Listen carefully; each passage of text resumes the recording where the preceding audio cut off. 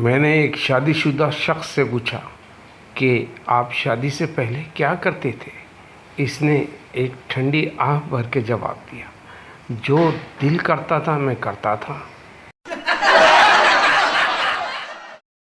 मुझे अपने ससुराल में सास, नंद, देवरानी, जिठानी सब चाहिए, वरना अकेले शौहर से लड़ लड़ कर मैं बोर हो जाऊंगी।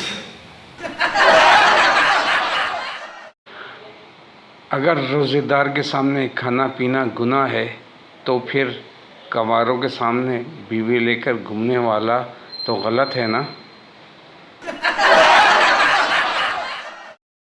एक औरत ने घोड़े के उज़वे तनासुल को छू लिया। घोड़ा जोश से उछलने और बहुत तेज़ दौड़ने लगा। घोड़े का मालिक बोला, भाभी जी अब हमारा भी पकड़ो, हमको घोड़ा पकड़ना है।